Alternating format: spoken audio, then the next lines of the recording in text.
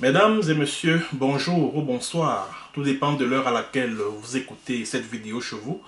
Je m'appelle Michel Biemton, journaliste web camerounais, et merci de faire confiance à cette chaîne YouTube de l'engagement sociopolitique.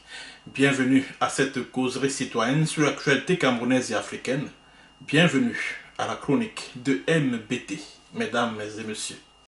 Devant les services du gouverneur de la région du littoral, Edith Kawala vient de déposer un courrier.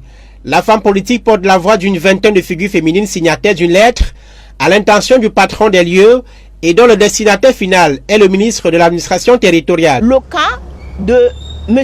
Hervé Bobda qui est accusé par près de 80 personnes d'être un prédateur, d'être quelqu'un qui a fait du kidnapping.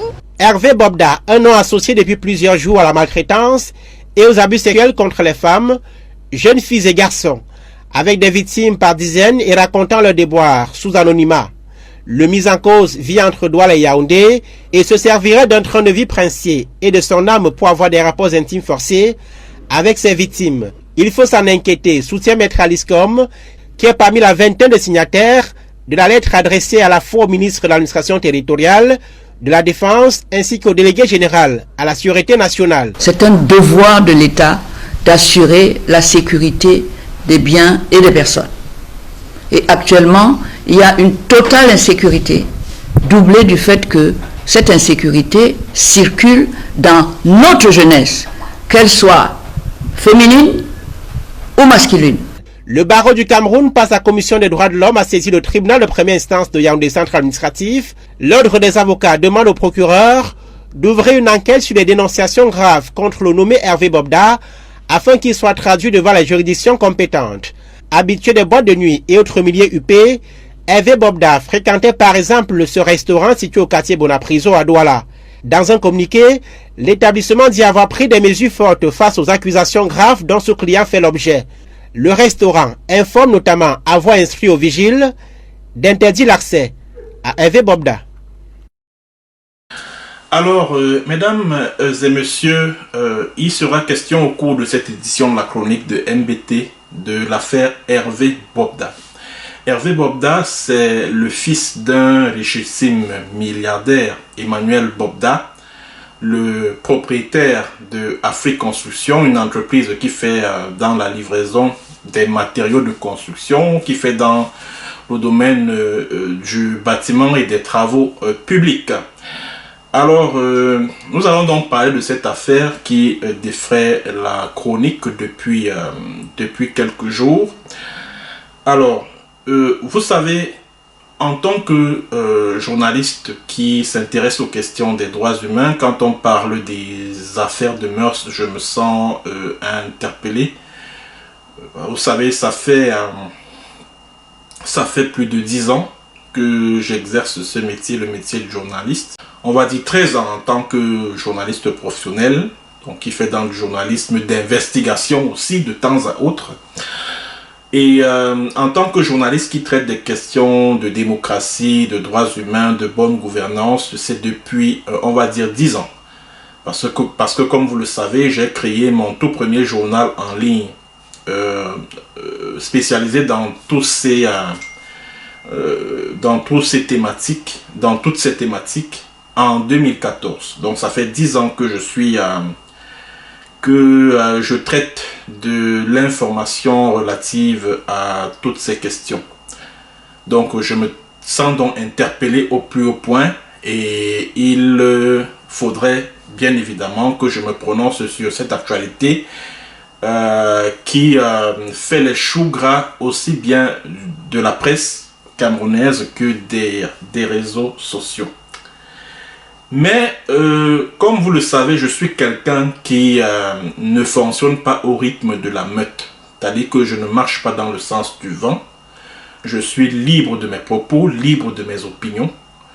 Je ne suis pas esclave d'une certaine opinion ambiante. Quand il y a une actualité qui secoue la toile, je la parcours, je la lis Et puis je donne mon point de vue en fonction de ce que je sais de cette actualité, en fonction de ce que moi je pense, pas de ce que le grand nombre pense. Alors, ce que je vais dire de prime abord, et ça va surprendre plus d'un, c'est d'attirer l'attention de tous ceux qui s'intéressent à cette affaire et qui s'en émeuvent, de faire excessivement attention.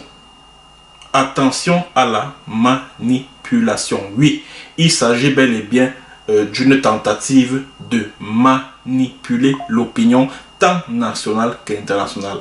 C'est de ça qu'il s'agit. En fait, ça c'est mon point de vue d'entrée de jeu. Pourquoi je parle de manipulation? Vous savez, moi je suis quelqu'un de très méthodique. Quand je décide de prendre position sur un sujet d'actualité, je m'appuie toujours sur certains indices. L'affaire Bobda que vous voyez là, j'ai lu pas mal de trucs sur les réseaux sociaux, j'ai écouté pas mal de choses sur YouTube, sur Facebook, un peu partout, sur tout ce que vous pouvez imaginer en termes de réseaux sociaux. Quand moi, je vois certains personnages s'intéresser à une affaire, c'est-à-dire que des personnages, que ce soit des personnes, que ce soit physiques ou morales, qui jamais n'ont porté la moindre cause, la cause du peuple.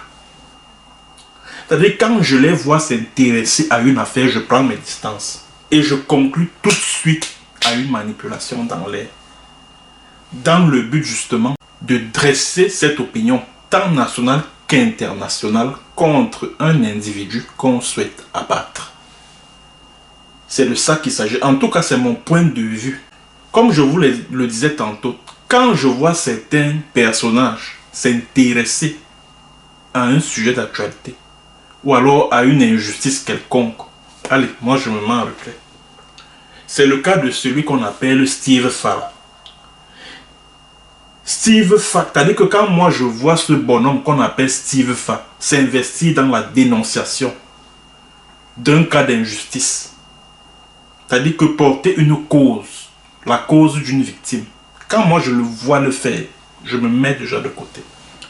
Parce que souvenez-vous que cet individu, en 2020 là, il s'est rendu au Southern Cameroun en Amazonie pour réaliser un documentaire à travers lequel il démontrait comment le calme est en train de revenir, comment les enfants sont en train de reprendre le chemin des classes, et il invitait à travers ce documentaire les parents qui hésitaient encore à le faire, à envoyer leurs enfants à l'école.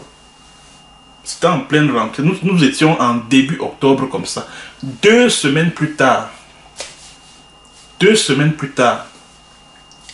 il y a eu l'attentat du Mother Francisca Bilingual Academy of Kumba. Cet attentat qui avait été commandité par le palais présidentiel le sommet de l'État. Je l'avais démontré. Parce que c'est moi qui détenais la primeur de l'information sur ce qui s'est passé le 24 octobre 2020 à Kumba. C'est moi qui avais révélé au monde entier exactement ce qui s'est passé.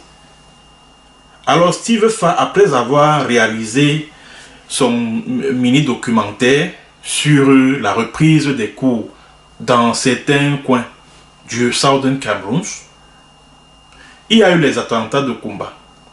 Et c'est lui qui a publié un texte en français et en anglais.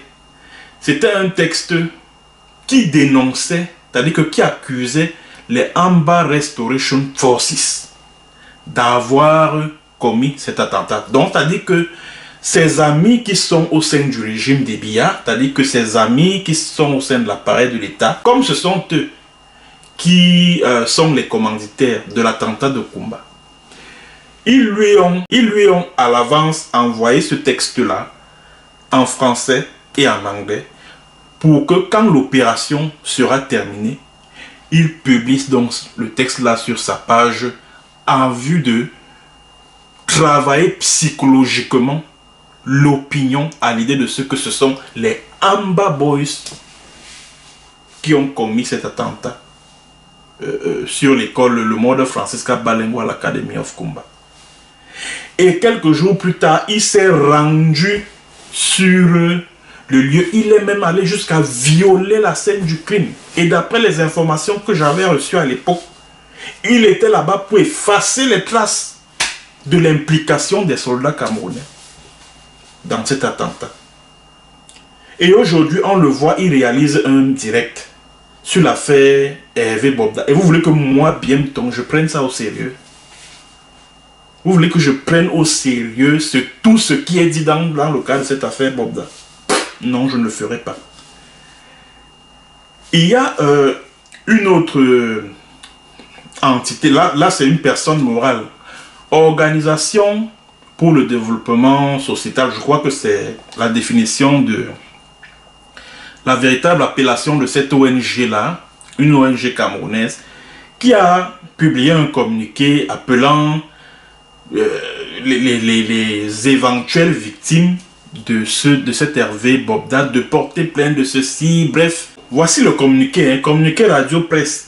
L'Observatoire du développement sociétal, dont le siège social est Yaoundé, Lixtono, téléphone, blablabla, prise en la personne de son coordonnateur général, Sieur Koulou Ngoulou Lilian, ayant pour conseil Maître Atangna Henri Thierry, juriste conseil expert judiciaire assermenté en matière criminelle près les cours et tribunaux du Cameroun, téléphone, gna, a pris acte de toutes les dénonciations devenues virales dans les réseaux sociaux relatives à l'affaire dite Fondop Bobda Hervé Noël.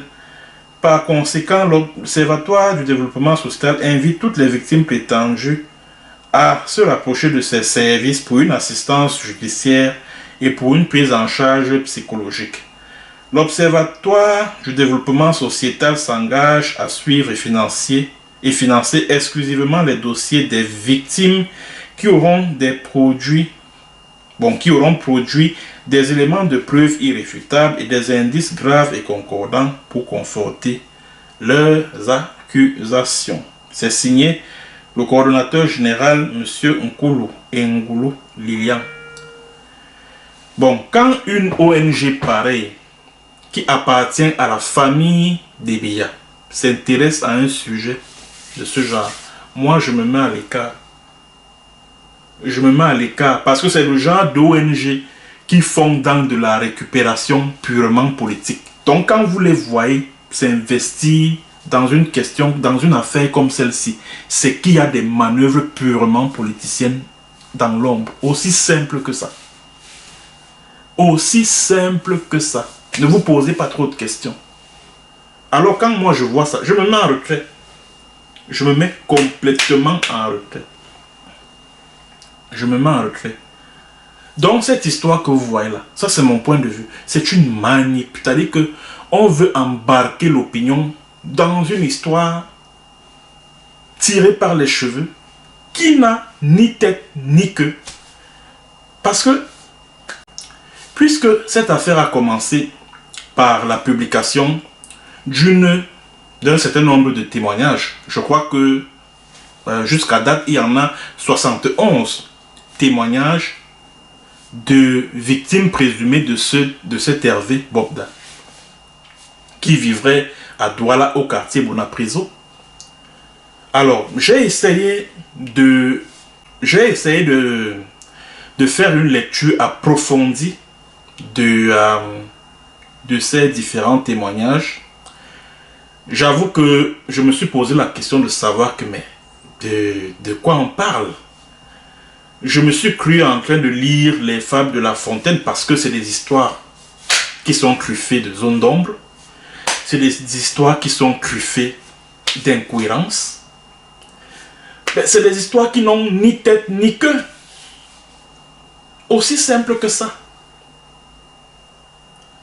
Mais avant même que je ne... Parce que au début, quand l'affaire éclate, je me contente de tout ce qui est dit sur les réseaux sociaux, sans avoir jeté un coup d'œil sur ces différents témoignages-là. Alors, qu'est-ce que je fais? Je décide moi-même de mener mon enquête.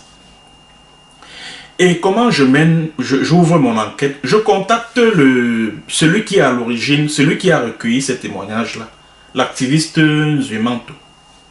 C'est un petit frère à moi. En plus, on a eu à gérer les sujets. Bon, du moins, ça continue. On continue à gérer les sujets, notamment relatifs à la crise anglophone. C'est mon cadet. Je l'ai contacté d'abord sur son Messenger. Non, sur son WhatsApp d'abord.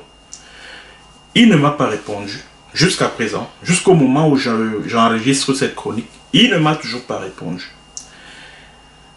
Le lendemain, je le recontacte cette fois-là sur Messenger. Il ne me répond toujours pas. C'est là où j'ai compris que il y a problème, il y a quelque chose qui ne tourne pas rond parce que, comme vous le savez ici, en Norvège où je vis, je travaille en étroite collaboration avec certaines organisations de défense des droits humains, telles que Amnesty International, telles que Flyktninghjelpen, comment ça s'appelle encore en français, le Conseil norvégien des réfugiés. Parce que je voulais les mettre sur la piste de ce problème-là. Donc j'ai donc contacté Zuimanto. Il ne m'a pas répondu. Il ne m'a pas répondu du tout. Alors, qu'est-ce que j'ai fait? Alors, sur le champ des commentaires d'une de ces publications, les publications de l'activiste Zuimanto, je suis tombé sur le témoignage d'une jeune fille qui dit avoir subi exactement les mêmes atrocités de la part de ce Hervé Bobda, qui aujourd'hui est accusé de prédateur sexuel. Bon, permettez que je ne cite pas la consonne du début. Bon, vous savez, nous sommes sur les réseaux sociaux et je n'aimerais pas que la vidéo soit supprimée, quoi. Alors, je contacte donc la jeune dame. Je me présente, je dis, je m'appelle Michel Bienton, je suis un journaliste camerounais, je suis basé hors du pays. Est-ce que j'ai lu votre histoire sur la page de Zuimanto? Est-ce qu'on peut en parler? La toute première question qu'elle me pose, c'est celle de savoir si c'est Zuimanto. Je dis non, c'est pas Zuimanto, c'est Michel Bienton. Elle me dit ok, il n'y a pas de problème. Elle me donne son numéro de téléphone, WhatsApp. Elle m'accorde un entretien. L'entretien, je l'ai diffusé sur mon compte YouTube que vous pouvez d'ailleurs réécouter parce que je suppose que certains d'entre vous l'ont déjà fait. Quand j'ai suivi le récit de la dame, ça ne m'a pas paru cohérent. Ça ne m'a pas paru sérieux. J'ai dit, je vais diffuser quand même pour que au moins le public sache exactement où se trouve le problème. Si le récit tient debout, alors c'est la raison pour laquelle j'ai donc décidé de publier cette interview-là, qui est encore disponible sur mon compte YouTube et que vous pouvez consulter. J'ai contacté Hervé Bobda lui-même. Voici d'ailleurs la capture d'écran qui le prouve. Je l'ai contacté. Je l'ai d'abord appelé par WhatsApp. Il n'a pas décroché. Je lui ai envoyé un message et une autre vocale par la suite. Et il ne m'a pas répondu. Bon, après tout cela, j'ai donc décidé de lire, mais alors très attentivement, les différents témoignages qui ont été faits chez l'activiste Zuimanto. Alors, pour vous prouver que ces témoignages-là ne tiennent pas la route, que les récits qui sont faits vraiment, c'est tellement décousu, c'est tellement invraisemblable, c'est tellement incohérent que vraiment ça ne vaut pas le détour. Et pour vous le prouver, je vais vous inviter, mesdames et messieurs, à écouter le témoignage que voici. Il s'agit d'une femme.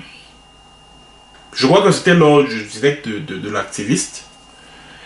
C'est une dame qui s'est présentée comme étant une gendarme camerounaise, naturalisée française, et qui a et qui, selon elle, a été victime de Monsieur Hervé Bobda. Je ne vous en dirai pas plus. Je vous invite à écouter ce témoignage et on va revenir par la suite pour le décrypter. Alors, mon histoire est la suivante. Je m'appelle Elisa, je vis en France, mais mon histoire se passe au Cameroun en 2021. En 2021, je décide d'aller au Cameroun en vacances, voilà, en décembre, en fin décembre 2020, donc ce qui m'a fait passer pour le nouvel an 2021 au Cameroun, c'est qu'elle allait suivre la CAN. Avec toutes les histoires de Covid et tout, voilà, avec la CAN, tous ces bazars, j'ai raté mon vol. Donc j'ai dû prolonger de 2 semaines, donc je suis restée un soir. Nous sommes sortis à la poste centrale. Je ne sais pas si vous m'écoutez. Très bien, parfaitement. Nous sommes sortis à la poste centrale avec certains amis de mes copines. Nous sommes sortis pour bien s'amuser et tout. On arrive dans un bar et tout qui était franchement bien animé. Je ne m'appelle plus franchement le nom. Mais voilà, on s'amuse bien entre filles. Et à un moment donné, il y a un monsieur qui vient à notre table. Voilà, qui est très poli, nous demande, voilà, si on passe de bonnes soirées, voilà, on répond aussi parfaitement. Et il me tapote l'épaule en me disant, il y a son patron, voilà, c'est le thème qu'il a utilisé, il y a son patron qui aimerait me parler. Et moi, je lui pose la question, et votre patron, en fait, c'est qui votre patron? Il me dit, mon patron est juste là, oui, à la table, mais le prénom qu'il m'a donné, c'est le prénom Cédric. Oui, oui. C'est le prénom qu'il m'a donné. Je dis, bon, d'accord. J'arrive, donc le monsieur, lui, il s'en va, et moi, qu'est-ce que je fais en tant que femme qui est venue en vacances, dont je suis venue pour m'amuser, c'est qui est normal. En étant poli, je me lève, je vais à la table du monsieur, il me demande de m'asseoir. Je dis non, voilà, j'ai mes copines qui m'attendent, donc je ne vais pas laisser attendre plus longtemps, donc voilà, soyez bref. Il me fait comprendre qu'il me trouve belle, j'ai des jolies formes, voilà, et blablabla, je vous épargne le long discours. On s'échange de numéros, et moi je m'excuse, je me dis, ok, excusez-moi, vous avez déjà mon numéro, donc appelez-moi, voilà, plus tard, donc je m'excuse, et moi je vais rejoindre mes copines. On passe une bonne soirée, et la soirée finit. Le lendemain, vers 11h, je reçois son appel de ce fameux Bobda, voilà, parce que c'est à travers plusieurs photos sur les réseaux que j'ai dit, ah, donc c'est, voilà, là c'est son vrai prénom, c'est lui en fait. Je reçois son appel, il me dit, est-ce qu'on peut se voir? J'ai dit non, pour l'instant je suis un peu occupée, je suis en famille, mais ce soir, pourquoi pas, voilà. Donc je repousse le rendez-vous au soir. Il me dit, ok, il n'y a pas de souci. Et le soir, il était très poli par contre. Très, très gentil, très courtois. Le soir, il m'appelle et il me dit, prépare-toi, je viens te chercher. Je précise bien que j'habitais Emana. Il vient à Emana me chercher, Emana Bonnefontaine. Il vient me chercher et il garde la voiture au carrefour. Il garde la voiture et je viens, je monte. D'accord. Une fois monté, je lui demande où est-ce qu'on s'en va. Parce que moi, j'aime bien savoir où est-ce que je vais. Voilà, je ne vais pas bouger, sachant que je ne vis pas là. Donc j'ai au moins le droit de savoir où est-ce que je vais, donc savoir dans quoi est-ce que je m'embarque. D'accord. Il me dit, on va se faire un petit tour et puis voilà, et puis on va aller boire un verre. Mais j'étais dans la conversation comme ça, je ne me rappelle plus de ce que j'ai dit exactement, et il est devenu totalement, il est devenu froid.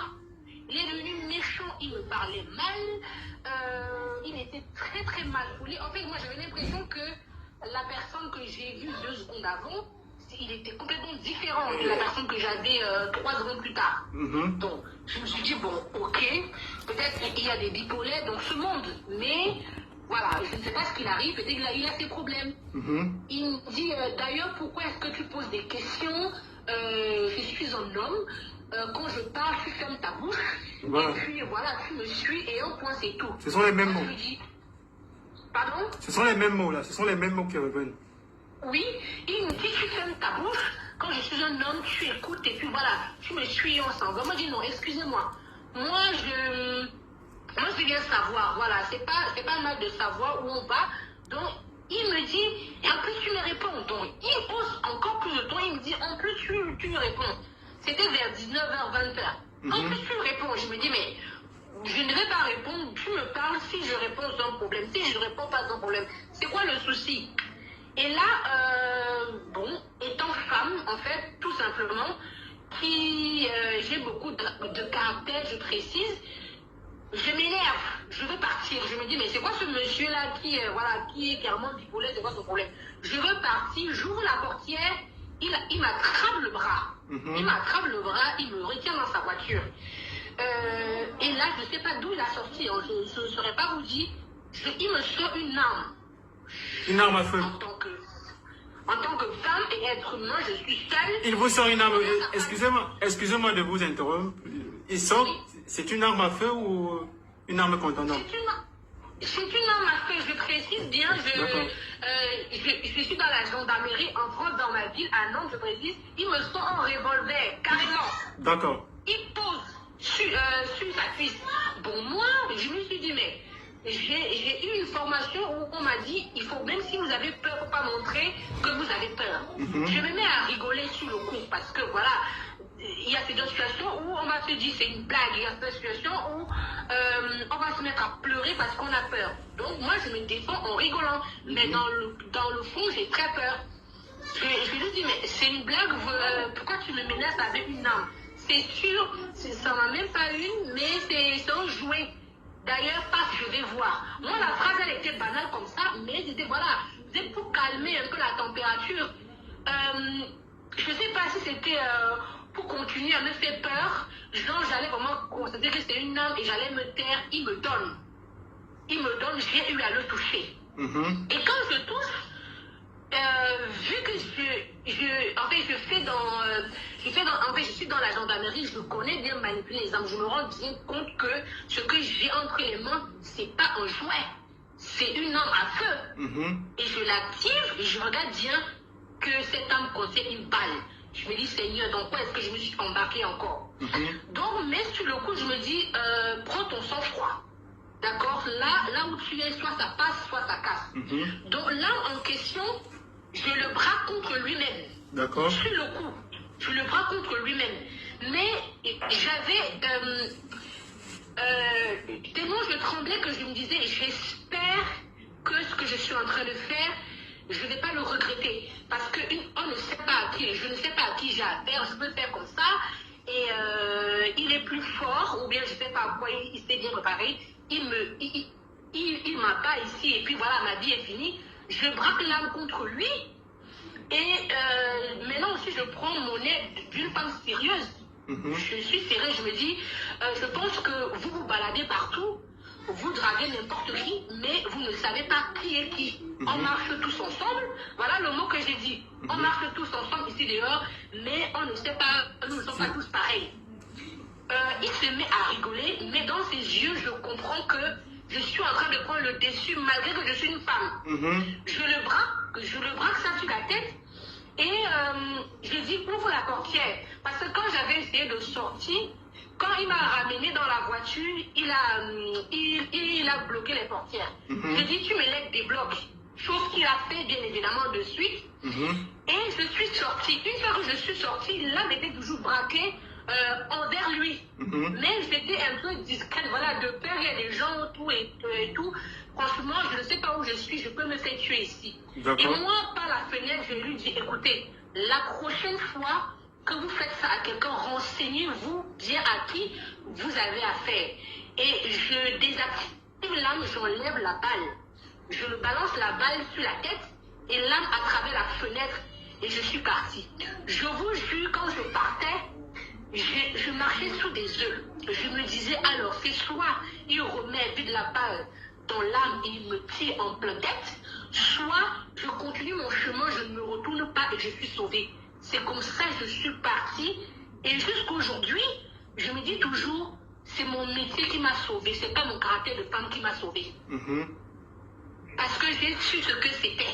J'ai eu la chance Parce que si j'étais partie, s'il avait démarré sa voiture, je ne sais pas si je serais aujourd'hui là où je suis, avec mon caractère, en train de témoigner. C'est preuve d'un très grand courage. Et comme vous l'avez si bien dit, c'est vos réflexes qui sont liés à votre métier qui vous ont sauvé. Sinon peut-être vous serez aujourd'hui parmi toutes ces victimes. Mais c'est clair. Vous avez été victime, c'est clair. Si j'étais partie avec lui ce soir-là, parce que je suis quelqu'un, je ne me laisse pas faire avec ma bouche, je pense que je ne serais pas rentrée. C'est sûr et certain.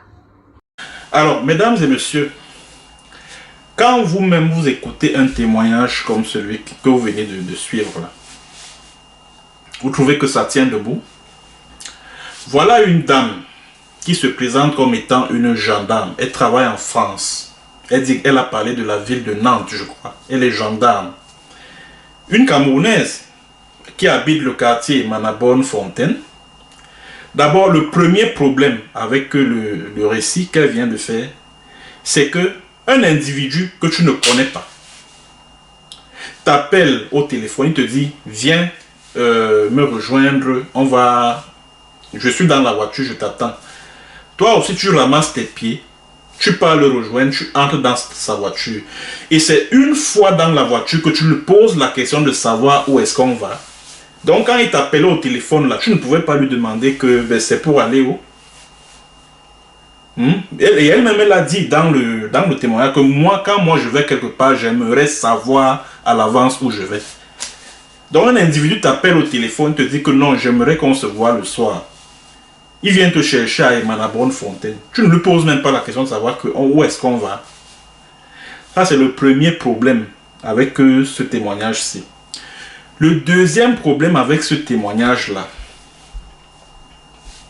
c'est-à-dire que ce témoignage-ci est la preuve que le monstre le plus influent du Cameroun, qui fait peur à toutes ses victimes, à tel point qu'il leur fait des choses de manière impunie, qu'il leur fait des choses impunément et elles n'ont pas le courage de porter plainte, qu'il est un monstre, il menace tout le monde, un bagarreur et tout et tout et tout. Donc l'image qu'on ne cesse de dépeindre de ce monsieur-là depuis le début de cette affaire est contraire à ce que l'on a suivi tout à l'heure.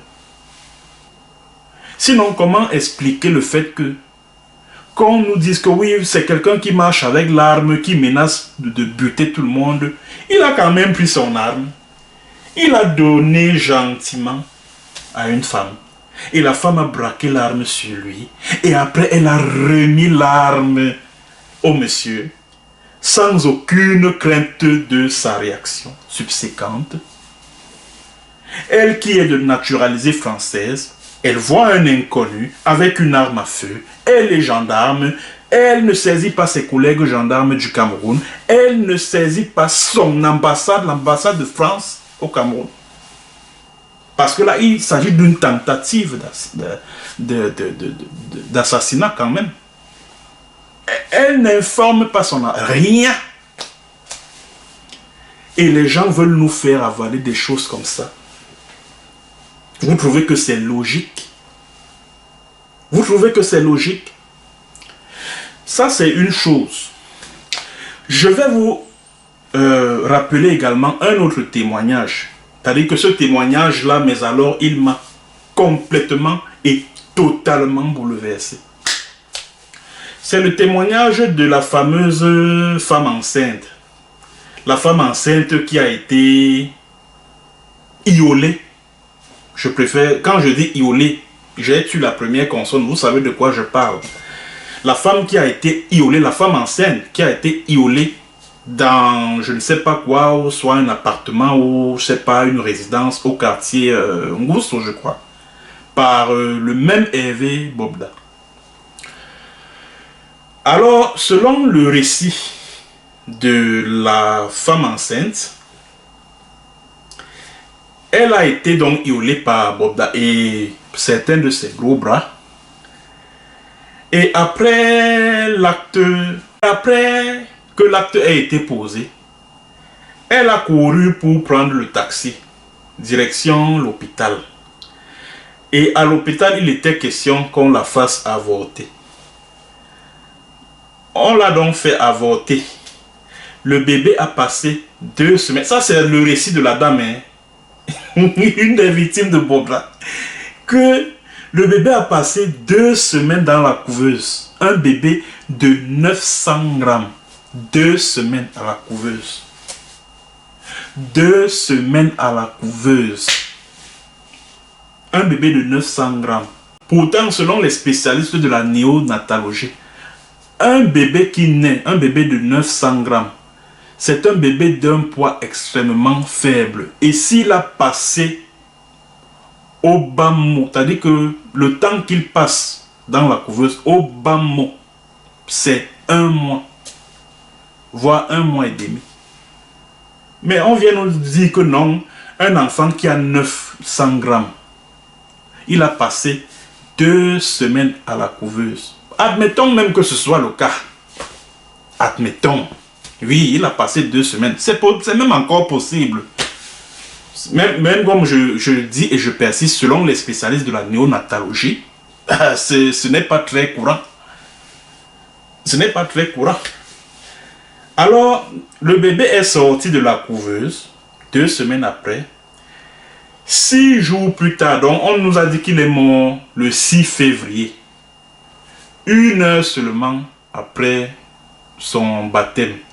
Donc, la maman, une femme enceinte, elle est iolée par Sieur Bobda et ses amis et ses complices.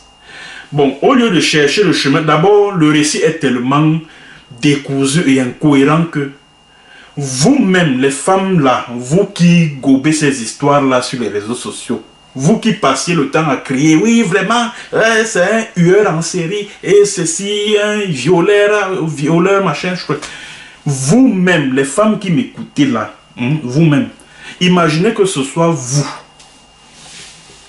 qui soyez victime de cela. Vous êtes enceinte. Le tout premier réflexe que vous aurez, c'est quoi? D'abord, c'est d'alerter les passants, soit les voisins, soit les passants, pour avoir suivi un iol. Vous alertez les passants, et maintenant les passants, après avoir raconté ce qui vous est arrivé à un passant, ce dernier et bien d'autres vont vous conduire au commissariat et à la gendarmerie du coin. Puisqu'il s'agit, tu étais avec un monsieur, tu as vu une arme à feu. La toute première idée que tu as en tête, c'est qu'il est un bandit. Puisque tu ne le connais pas, tu ne connais pas toutes ces ramifications avec certaines hautes personnalités de la République qu'on lui prête. Tu vois un monsieur comme ça, même s'il il roule en gros cylindre, le premier réflexe qui te vient en tête, c'est qu'il est un bandit de grand chemin. Ah oui. Et le tout premier réflexe que tu vas développer, c'est d'aller saisir soit la police, soit la gendarmerie. Or, tu sors, tu prends directement le taxi. Je ne sais pas où est marché normalement, où est claudiqué. Le récit n'est pas clair. Tu prends le taxi, tu pars te coucher à l'hôpital. Tu demandes au médecin de provoquer l'avortement. L'enfant qui sort à 900 grammes. On le met dans la... Il passe 2 semaines. 2 semaines. Un enfant, un bébé prématuré de 900 grammes. 2 semaines. Et une fois qu'il sort de la couveuse, parce que généralement, quand l'enfant sort de la couveuse, il reste encore au moins, je sais pas moi, quelques jours ou quelques semaines au service de pédiatrie ou néonatologie avant de rentrer. Ou alors, la maman peut rentrer avec l'enfant, mais poursuivre le traitement à la maison plutôt qu'à l'hôpital. Or, l'enfant sort de la couveuse aujourd'hui. Il ne s'est pas encore complètement régénéré. Tu pars à baptiser l'enfant. Et il meurt le jour du baptême. Vous trouvez même que ce récit-là, ça tient debout? Vous trouvez que ce récit a un sens? Et je vois les vieux papas avec une chevelure grisonnante sur la tête. Les vieilles mamans avaient les chevelures grisonnantes sur la tête. Avec les poils partout sur le corps, jusque là où vous imaginez. Gober des histoires pareilles. Je ne sais pas si c'est la dictature de Biya qui est en train de vous abîmer les neurones comme ça. Mais attendez, Dieu vous a créé avec une cervelle, c'est pour réfléchir, les amis. C'est pour réfléchir. Et vous êtes là, vous tombez sur une... Allez, directement. Bah, vous criez pas trop, oh, vraiment. Aïe, c'est grave, vraiment, le Bob Dalla, hein. Oh, il est ceci, hein. Oh, il est cela. Oh, machin. Le récit, là, ça tient la route. Ça tient la route. Je vais vous prendre un autre témoignage, mais cette fois-là, il sera écrit. Je vais vous prendre un autre témoignage hein, qui m'a totalement effaré. Attendez, je vais retrouver ça. Je vais retrouver ça ici. Voilà. Toujours parmi ces témoignages-là. Je vais vous lire un qui m'a pratiquement...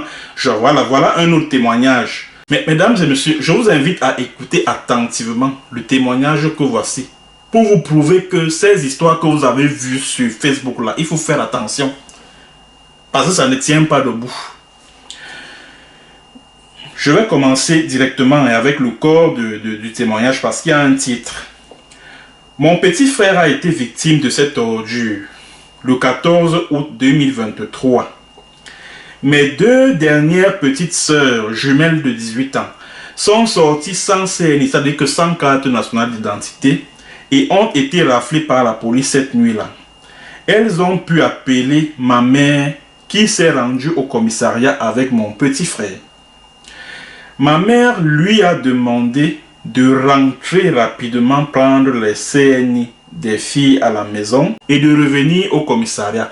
Donc, si je comprends bien, les deux jeunes filles, des jumelles, âgées de 18 ans, font l'objet d'un rafle de la police.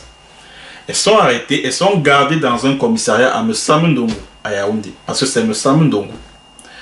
Et maintenant, la police leur permet d'appeler, d'alerter un membre de la famille. Et en l'espèce, il s'agit de la maman. La maman vient avec leur frère au commissariat. Maintenant, c'est une fois au commissariat que la maman envoie le petit aller chercher la carte. Donc, ça veut dire que les deux sont partis de la maison sans carte, sans les cartes des deux filles. Vous aussi, les Camerounais, vous gobez des histoires pareilles. Vous ne réfléchissez plus. Vous devenez dingue. Mais qu'est-ce qui vous arrive même? On continue. Ma mère lui a demandé de rentrer rapidement, prendre les CNI des filles à la maison et de revenir au commissariat. En sortant, il a trouvé un véhicule, donc le jeune homme, il a trouvé un véhicule noir garé devant le commissariat Messamundongo. Un monsieur à côté lui demande « As-tu un problème avec la police ?» Il dit non. Il lui explique. Et le monsieur lui dit « Je travaille dans ce commissariat. » Ça c'est Bob Dalla qui lui dit ça. Que je travaille dans ce commissariat. Je vais faire... Et nous sommes à Yaoundé, au quartier Messamundongo. Donc je crois que ça c'est ce qui est après Ozala, si je ne me trompe pas. Ma mère a tellement attendu et le téléphone de mon petit frère âgé de 20 ans ne passait plus. Elle se dépêche de venir à la maison pour prendre les CNI. Elle-même, pour prendre les CNI elle-même.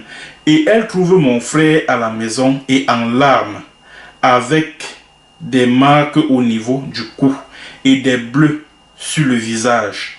Il explique à ma mère qu'à un moment, il s'est débattu et a pu descendre du véhicule.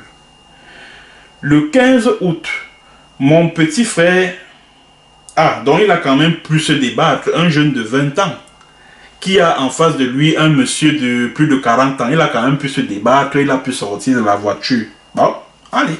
Non, on croit parce que sur les réseaux sociaux, là, on veut seulement nous obliger à croire à toutes ces choses-ci.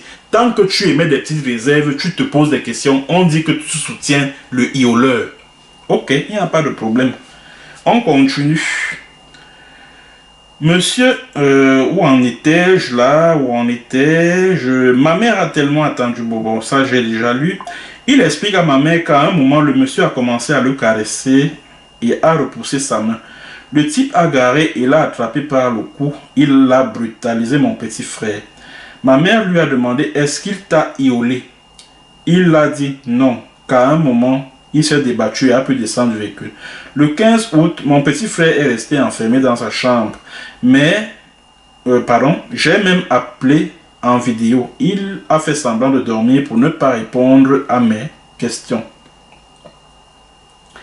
Une semaine plus tard, il n'arrivait même plus à marcher et son état s'empirait. Mais il jurait toujours que le type ne lui avait rien fait. C'est ainsi que notre chef de famille a demandé qu'on l'amène au village. Je vous jure, au village, le tradit praticien a déclaré que mon frère a été iolé et le type a vidé son ventre et son énergie. Que si ma mère l'amenait à l'hôpital, il mourrait. Mes amis, dites-moi un peu. Imaginez un peu que ce soit vous qui me regardez, vous qui m'écoutez là. Surtout les vieux papas et les vieilles mamans là. Vous qui êtes tombés sur des témoignages pareils et qui jurez là que oui, stop Bobda, machin, stop Bobda, stop Bobda. Vous les gens de stop Bobda là, écoutez la question que je vais vous poser. Imaginez que ce soit votre enfant, un jeune garçon de 20 ans. Il vous raconte qu'il a subi tout ceci. La toute première réaction que vous aurez, c'est quoi? C'est pas de l'amener à l'hôpital. Pourquoi l'amener chez un tradit praticien? C'est pour qu'il fasse quoi? C'est pour qu'il fasse quoi? Le premier effet, c'est qu'on est à l'hôpital. Maintenant, si on ne découvre rien à l'hôpital, c'est après qu'on ira chez le tradit. Et c'est le tradit praticien qui vous dit que non, votre fils a été violé. Qui du tradit praticien ou du médecin est à même d'établir un viol? Mais vous ne trouvez pas que ces histoires-là, ça s'est tiré par les cheveux? Vous ne trouvez pas que c'est tiré par les cheveux? Et celui qui a même recueilli tous ces témoignages-là, au lieu de vérifier, lui aussi, il balance ça à wow sur les réseaux sociaux. Et vous aussi, comme vous êtes certains parmi vous les Camerounais, comme vous êtes des Ndunguru, des Dunkov, vous avalez ça à glou, glou, glou, glou, glou, glou, glou, glou, glou, glou, glou, sans réfléchir. J'ai suivi une autre ailleurs, je ne sais plus où. Elle dit que non, vraiment, il m'avait invité, il m'avait appelé au téléphone. Hein, vraiment, il m'a invité dans un restaurant. J'ai passé ma commande, il m'a demandé si je peux prendre un jus. J'ai commencé un jus. Oh, j'ai commencé à boire. Et puis après, je ne me souviens plus. Quelque temps après, je me suis retrouvé dans son appartement, chez lui. Je lui ai posé. Je dis, mais attends, tu es en train de vouloir nous expliquer que pendant que vous étiez dans un restaurant qui est un lieu public, un lieu où se trouve du beau monde, on t'a drogué, on t'a mis le somnifère dans le jus, tu as bu. Donc la personne qui t'a invité au restaurant, elle a mis le somnifère dans le jus, tu as bu. Donc elle t'a transporté devant tout ce beau monde-là pendant que tu ronflais sous l'effet du somnifère. Elle t'a transporté, elle t'a mis dans sa voiture. Donc il n'y avait personne aux alentours là pour alerter. Donc cela n'a pas suscité la curiosité de ceux qui étaient des clients qui se trouvaient dans le restaurant là. Donc quand quelqu'un veut te droguer et puis je ne sais pas te homiser, il le fait publiquement comme ça. C'est même chez lui-même qu'il va le faire. C'est-à-dire que vous finissez de manger au restaurant. Après, vous allez chez lui. Et c'est chez lui maintenant, dans sa résidence, qu'il est censé te droguer. Mais ce n'est pas la vue de tout le monde qui va le faire. Quand même. Ça ne tient pas debout. Ça ne tient pas debout. Ça ne tient pas debout cette histoire. Voilà pourquoi je ne cesse de dire depuis Parce que j'ai lancé un avis à témoins. Toutes ces personnes qui ont témoigné là, que ce soit les victimes, que ce soit les membres de leur famille, j'ai laissé mon numéro, mon contact WhatsApp et Telegram, plus 47 911 42 848. Voilà mon numéro WhatsApp et Telegram. Plus 47, l'indicatif, 911 42 848. C'est mon numéro de téléphone. Donc, toutes ces victimes qui témoignent là contre le fameux Bobda en question là, contactez-moi pour une interview parce que je veux avoir un entretien en bonne et due forme, une interview journalistique avec vous. Je veux vous poser des questions, histoire de voir un peu plus clair dans vos affaires que vous balancez sur les réseaux sociaux là. Je veux voir un peu plus clair là-dessus parce que ce n'est pas parce qu'on vient en public, sur les réseaux sociaux, et qu'on raconte avoir été victime d'une injustice qu'on a forcément raison. Ce n'est pas parce qu'on dit oui, un tel m'a fait ceci, un tel m'a fait cela, que c'est avéré, que c'est vrai. Il faut qu'on arrête un tout petit peu. Si ces récits étaient convaincants, si ces récits étaient cohérents, structurés, vérifiables et vérifiés, si les auteurs de ces récits étaient repérables, identifiables, là je me joindrai à la campagne Stop Bobda. Je me joindrai à cette campagne-là. Mais quand on vous balance des histoires à la Kirikou et Karaba la sorcière, je me rends à l'évidence que mais ça c'est pas... ça, il n'y a rien de sérieux dans cette affaire-ci. Absolument rien. Et puis il y a une chose que je ne comprends pas.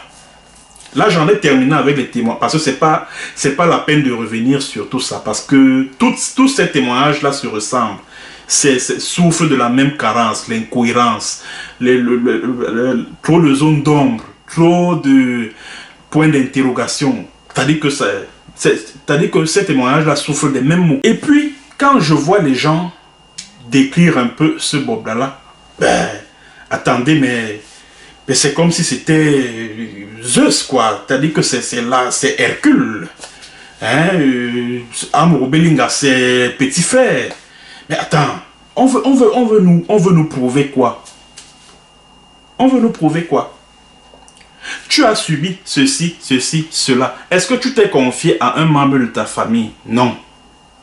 Est-ce que tu t'es confié à ta copine la plus proche, la plus intime? Non. Est-ce que tu as porté plainte? Non, tu n'as jamais porté plainte parce que la justice camerounaise fonctionne mal, etc. Non, ce n'est pas une raison. Porte d'abord plainte. Porte d'abord plainte. Va d'abord déposer la plainte. Libre maintenant aux autorités judiciaires de ne pas donner une suite, à la plainte. Mais sinon, tu auras déjà la preuve que tu as porté une plainte. Moi, je m'attendais à ce que ce soit plutôt les plaintes qui fassent le tour des réseaux sociaux avec des courriers arrivés des unités de police et de gendarmerie qui ont été saisies. C'est plus crédible. C'est plus crédible. Or, quand tu vois des témoignages de ce genre qui n'ont pas de sens, qui n'ont ni tête ni queue, attendez un peu. Soyons quand même sérieux. Soyons réfléchis. Quand nous sommes sur les réseaux sociaux là, nous avons encore ce qu'on appelle le doute cartésien. On veut nous faire croire que Bobda est plus puissant que Amour Belinga, qui est en prison là-bas. Et si l'on s'en tient à tous ces témoignages qui sont faits là, Bobda agissait en public, hein, au vu et au su de tout le monde, en plein Douala que je connais là.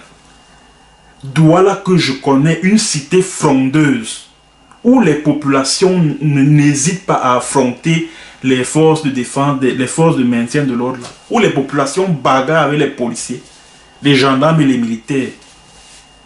Quand j'imagine un peu des quartiers chauds comme les Bilongue, ou je sais pas moi, les Nkomondo, les New Bell, mon frère, que Douala ait appris qu'il y a un spécimen du genre Hervé Bobda qui existe quelque part, qui sème la terreur auprès de la gente féminine. On ne le cherche pas pour le passer à tabac, mon frère. On ne le cherche pas pour le passer à tabac. Une ville comme Douala, une cité frondeuse, où on voit souvent des civils bagarrer avec les policiers, les gendarmes, les militaires surarmés. Un simple civil, donc, c'est lui qui effraie tout Douala, tout Yaoundé. Alors que Amour Belinga, plus puissant que lui, tu meurs au Cameroun là. Il est en prison. Lui aussi détient les secrets de certains pontes du régime. Hein. Lui aussi détient certains secrets des pontes du régime. Amour Belinga, mais il est en prison. Mais tu vois un bonhomme, fils de milliardaire, on te dit que non. Donc quand il commet souvent ces actes-là, du moins selon le récit qui est fait de ces faits d'armes, entre guillemets, quand il les commet, les témoins là-dedans, ils restent pétrifiés. Là où ils sont, ils ne réagissent pas, ils n'appellent pas la police, la gendarmerie, rien. Ou alors ils ne réagissent pas aussi de manière énergique, dans le sens d'en découdre avec lui. En plein Douala que je connais là. Non, arrêtez ça. Arrêtez ça. Ça ne tient pas debout. Je suis désolé. Ça ne tient pas debout. Vous avez suivi l'interview que la jeune dame là m'a accordée. Quand j'ai suivi, j'ai dit que bah, ça n'a pas l'air sérieux ça. Ça n'a pas l'air sérieux. Et le drame c'est que j'ai comme le sentiment que sur la toile, sur les réseaux sociaux, on donne du crédit à des témoignages à problèmes comme ceux-là. Maintenant, les personnes qui sont accusées n'ont pas le droit de se défendre. Certains témoins ont dit que Bobda leur a filé la maladie des 4 lettres. C'est-à-dire que sur la base de rien, d'aucun document, rien. Vous avez cru, comme vous les Camerounais, certains d'entre vous, vous êtes des écervelés, vous avez gobé ça. Maintenant, le monsieur a peuré parce qu'il se dit que, maître, peut-être que parmi mes conquêtes, il y a quelqu'un qui est contaminé. Donc, ça veut dire que je peux avoir le truc. Il est allé faire son test. Et c'est sorti négatif. C'est sorti négatif. Je crois qu'il a même encore refait un autre test. Quand il a publié ça sur les réseaux, il dit, oh, vraiment, ça c'est... Et le laboratoire qui a publié ce test-là, j'ai oublié le nom, c'est l'un des meilleurs hein, dans la ville de Douala. Le laboratoire qui a effectué les résultats. Donc vous voulez dire que même le laboratoire là avait aussi tellement peur de Bobda. Ce laboratoire avait tellement peur de lui. Donc on t'a dit que cet individu, c'est comme s'il est même devenu plus puissant que le président de la République. Parce que j'ai vu un post de Cathy Meba, qui est la nièce du président de la République, dire qu'elle a appelé le gouverneur de la région du littoral pour lui demander de prendre des dispositions pour qu'on mette la main sur lui, au cas où les faits sont avérés. Donc vous voulez dire que ce Bobda-là, s'il est toujours en liberté, c'est parce qu'il est plus puissant, plus fort que la famille des Biya. Il décide donc de faire son test. Il rend les résultats publics. Vous êtes là, vous dites que non, que c'est faux, c'est une histoire qu'il a fabriquée et ceci. Donc, ce sont les victimes qui ont raison. Même si leur témoignage est un problème. Mais les personnes qui sont incriminées, qui sont accusées, n'ont pas, mais alors pas du tout le droit de se défendre. Elles n'ont pas le droit de démontrer, de prouver que non. Ce qu'on raconte là, ce sont des histoires. Voici mon test de la maladie des 4 lettres. Il est négatif. La victime n'a pas le droit, c'est-à-dire que l'accusé n'a pas le droit de se défendre. Sa cause est déjà entendue. Le verdict est déjà rendu. Sur quelle base? On ne va pas poursuivre quelqu'un sur la base de, je sais pas moi, de la clameur publique. Parce que tout ce qui se dit là, moi je considère ça comme étant de la clameur publique. Et arrêtez de dire aux gens que les victimes de viol ont honte, ne dénoncent pas, parce qu'elles ont honte. Arrêtez ça. Généralement, les personnes gardent le silence pendant des années après avoir été victimes de viol quand c'est un membre de la famille qui l'a fait. Vous comprenez? Quand c'est un membre de la famille, un tonton, ou alors le papa lui-même, ou alors un cousin, bref, un membre de la famille qui l'a fait, c'est là où la jeune fille qui est encore mineure, genre 9 ans, 10 ans, 11 ans, elle garde le silence. Parce qu'elle a peur de la réaction de la famille, du papa, du tonton, du tata, etc. Elle a peur. Or, en l'espèce, non seulement il est question, bon, c'est dans l'hypothèse que ces témoignages-là soient crédibles, hein. En l'espèce, il est question non seulement de harcèlement pour les histoires de Mbinda et tout ça là, mais aussi de menaces de mort. Rien que pour ça, il n'y a aucune raison que ces victimes-là gardent le silence. Mais alors, aucune. Il n'y a aucune raison que ces victimes n'en parlent pas aux membres de leur famille. Il n'y a aucune raison que ces victimes ne portent pas plainte. Il n'y a aucune raison que ces victimes ne saisissent même pas la presse. Il y a Equinox à Douala, non? Et qui a Equinox à Douala? Vous ne saisissez pas les ONG de défense des droits de l'homme. La Commission nationale des droits de l'homme du Cameroun a réagi par rapport à ce problème-ci. J'aimerais partager son communiqué qui date du 27 janvier 2024 avec vous. Voici le communiqué de presse relatif aux graves allégations de violation des droits de l'homme mettant en cause un citoyen camerounais. Le communiqué se présente ainsi qui suit. La Commission des droits de l'homme du Cameroun, CDHC, ci-après la Commission, a pris connaissance des informations circulant sur les réseaux sociaux, Facebook et WhatsApp notamment, faisant état d'une kyrielle d'allégations de violation des droits de l'homme qui seraient perpétrées par un citoyen camerounais. Dans ces allégations, les dénonciateurs évoquent l'atteinte au droit à la vie, à l'intégrité physique et morale par viol et menaces, l'enlèvement et la séquestration, l'outrage à la pudeur ainsi que le harcèlement en vue de la Mbinda, au préjudice d'environ 1 millier de personnes. Cependant, écoutez bien, ça c'est la Commission des droits de l'homme et des libertés qui parle. Et elle est basée au Cameroun. Cependant, dès lors que les dénonciations initiales sont anonymes, il s'agit objectivement d'un tract qui ne permet pas à la Commission de traiter ces allégations de violation des droits de l'homme comme il se doit, c'est-à-dire recevoir les requérants et les auditionner, examiner les pièces à condition versées au dossier, écouter les prétendues victimes et les mises en cause, entendre les témoins, puis confronter les parties. Je vais m'arrêter là. Bon, le reste n'est pas très intéressant. Ça veut donc tout simplement dire que à l'heure où nous parlons, nous sommes le dimanche 28 janvier. Depuis plus d'une semaine que l'affaire éclate, aucune de ces victimes n'est allée rencontrer la Commission nationale des droits de l'homme du Cameroun, qui a des antennes à Douala, antennes du littoral. Qui a des antennes à Douala? Voilà pourquoi je dis aux gens que vos histoires que vous venez raconter aux gens, que oui, non, c'est parce qu'ils ont peur, c'est parce qu'ils menacent avec l'arme. Non.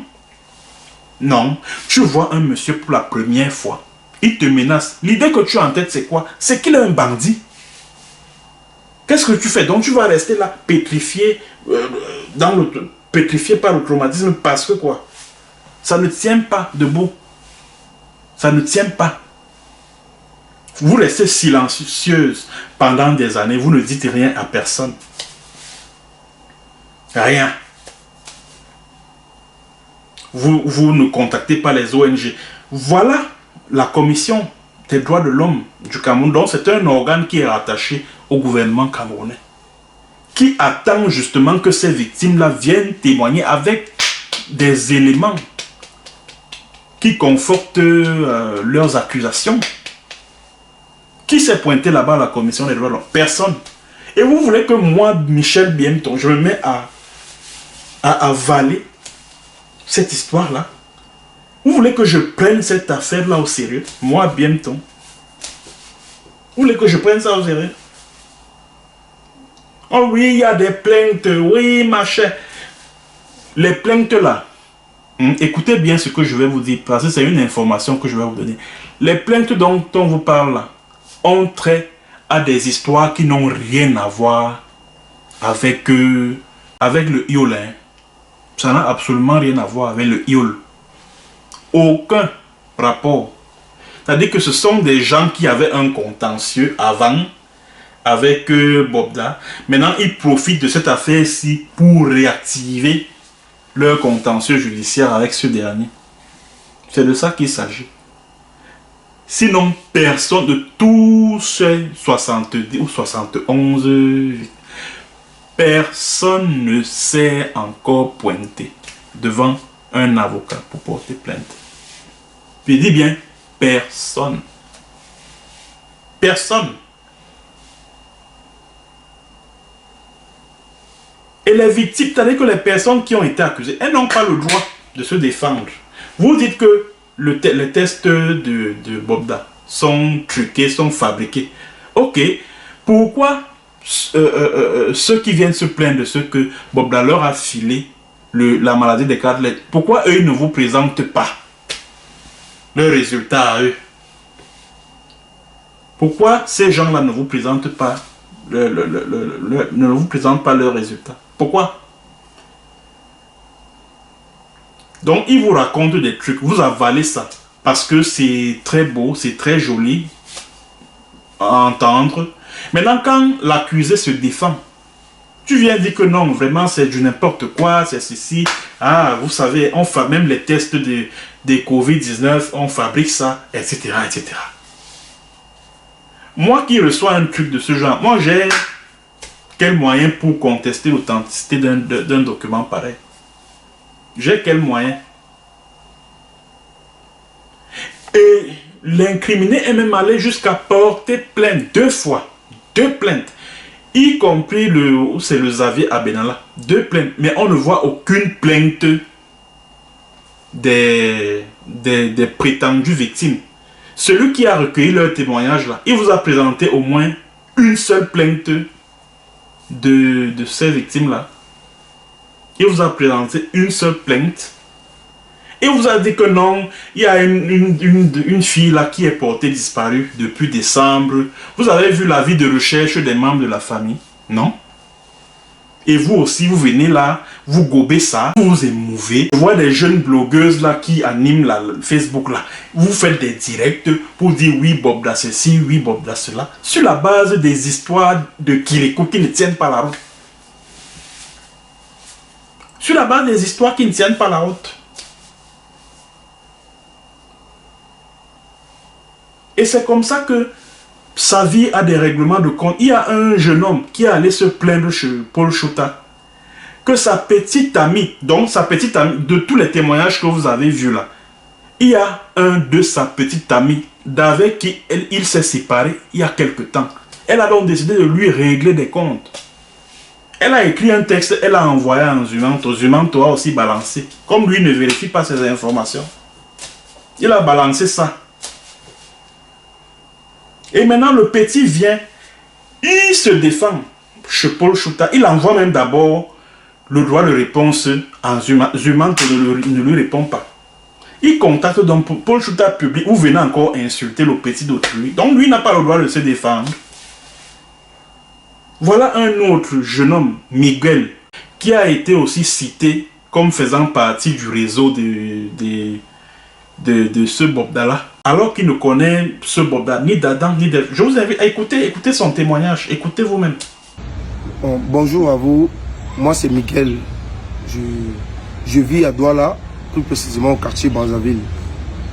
J'ai vu des informations sur Facebook me concernant. Donc, il s'agit en fait sur la page du blogueur, du lanceur d'alarme, Zumanto, qui a commenté, qui a posté ma photo, soi-disant que je fais partie d'un réseau, d'un clan avec un nommé Hervé Bobda, dont je ne connais pas déjà. Bon, déjà pour la première chose, c'est que j'ai fait tout mon parcours, pour ceux qui me connaissent bien, à Brazzaville, au lycée d'Oyak. Mais je suis à Brazzaville, je n'ai pas fréquenté au lycée de Brazzaville, premièrement. L'individu en question, dans le témoignage numéro 66, dit que le 3 janvier, je l'ai porté dans ma voiture, je l'ai amené chez mon soi-disant boss, où il a été sodomé. Soyez réaliste. Si je t'ai porté dans ma voiture, ça veut dire que tu me connais. Ça veut dire que tu connais où je vis.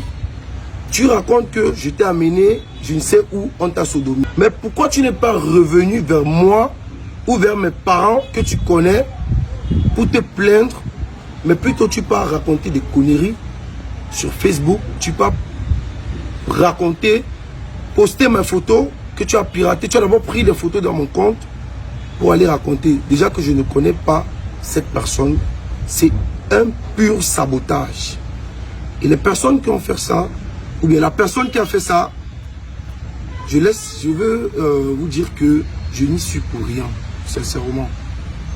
Zumanto, vraiment, moi je t'écoute depuis longtemps, tu es un grand activiste, je te suis même depuis que je suis en Russie, mais à ce niveau, vraiment, quand tu reçois une information, essaie d'abord de bien traiter l'information avant de divulguer.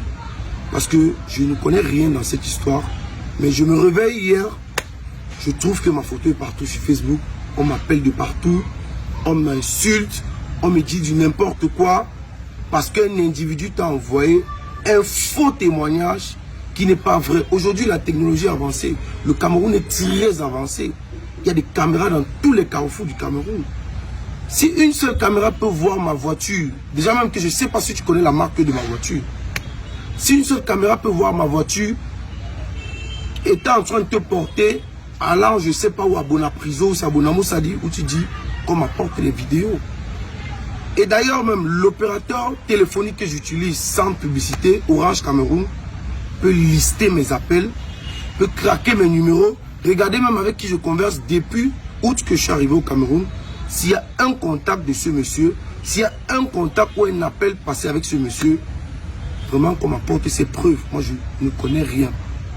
Et pire encore, vraiment, ça me fait vraiment mal. Parce qu'il y a des personnes qui se sont attaquées à moi. J'ai de la peine même. J'arrive même plus à sortir parce que j'ai peur que dehors, on peut me violenter, on peut m'agresser, on peut me battre. Parce que je ne connais pas cette affaire. Je ne connais vraiment pas cette affaire. Vraiment que cette personne qui m'a dénoncé, qu'il fasse également une vidéo où cette personne se présente comme moi. Moi, je m'appelle Miguel. Je vis à Brazzaville, à Douala, actuellement. Que cette personne se présente et qu'il nous explique comment c'est arrivé et qu'il révèle également comment les faits se sont déroulés au public sur Facebook afin qu'on puisse voir et ensemble se confronter. Parce que là, je suis vraiment choqué. Mes proches sont tristes, mes proches ont peur. Aujourd'hui, je suis craint par tout le monde. J'ai perdu des relations avec beaucoup de personnes depuis hier. On a publié mes photos. Et sincèrement, je tiens à dire aux autorités, aux avocats compétents de vraiment suivre ce dossier. Et je porterai plainte pour l'atteinte à mon image. Je porterai plainte pour dénonciation calomnieuse, pour diffamation, que ce soit sur le plan national et international. Et les concernés de ce sabotage viendront répondre de leurs actes. Moi, je vous dis merci à ceux qui m'ont cru, merci à ceux qui m'encouragent et merci à ceux qui me soutiennent dans cette épreuve. Vraiment, merci et à bientôt. Vous voyez, le petit a été formel, il a été clair. Et sa ligne de défense est limpide. C'est-à-dire qu'il met au défi, il est au Cameroun, hein, il vit en Suisse. Il est au Cameroun depuis plusieurs mois. Il met au défi les autorités judiciaires. de le convoquer, c'est-à-dire que de retracer tout le listing de ses appels, de saisir la compagnie de téléphonie mobile dont il est abonné, afin de retracer tous ses appels. Si on va trouver un seul venant de ce Bobda-là. C'est ce qu'il a dit. Et sa ligne de défense est claire et limpide. Et il vous a raconté ce qui subit depuis que des informations sur lui circulent. Toujours à cause de ces témoignages tirés par les cheveux là. C'est-à-dire que ça vit au règlement de compte contre des gens. Et vous voulez que moi, Michel Bienton, j'accorde du crédit à ces choses-là? Vous voulez que j'accorde du crédit à ces choses-là? Il faut qu'on fasse très attention. Surtout quand on investigue sur des affaires de mœurs, là, il faut faire attention. Très attention. Parce qu'on nous dit dans notre métier de journaliste que le journaliste a la liberté de dire et d'écrire. Mais il a également une responsabilité. Moi, en tant que journaliste, si j'investigue dans une affaire de mœurs, j'ai la liberté de dénoncer cette histoire de mœurs, mais j'ai également la responsabilité de protéger la dignité de cette personne. Parce que quand tu te places sur les réseaux sociaux, on t'envoie une information, tu ne la vérifies pas, tu la balances comme ça sur les réseaux sociaux. Vous imaginez les conséquences que cela peut avoir sur cette personne. Vous imaginez les conséquences. Regardez ce que le petit subit. Il aurait même pu être lynché comme ça là, publiquement. Comme certains quartiers de Douala sont très chauds là. Il aurait pu être lynché comme ça publiquement. Juste à cause, même quand on est lanceur d'alerte là, le minimum pour un lanceur d'alerte, c'est que quand tu reçois une information, au moins il faut en vérifier la véracité. Sinon, c'est ta crédibilité qui est en jeu. Sinon, c'est ta crédibilité qui est en jeu. Moi, j'ai donc dit ceci. Hein? Il y a une campagne qui a été lancée là, Stop Bobda. Je ne participe pas à ça. Au regard de ce qui précède, au regard de tout ce que je viens de dire là. Comptez-moi en dehors de ça. Parce que là, j'ai le sentiment qu'on est en train de vouloir jeter quelqu'un à la vindicte populaire. J'ai ce sentiment-là. Qu'on est en train de vouloir diaboliser quelqu'un à tout prix et à tous les prix. J'ai l'impression qu'on est en train de vouloir salir quelqu'un. Hervé Bobda, je ne le connais pas. C'est même maintenant que j'entends parler de lui. Malgré la toute-puissance, quand quelqu'un est puissant au Cameroun, c'est qu'on le connaît depuis des années par certains faits d'armes.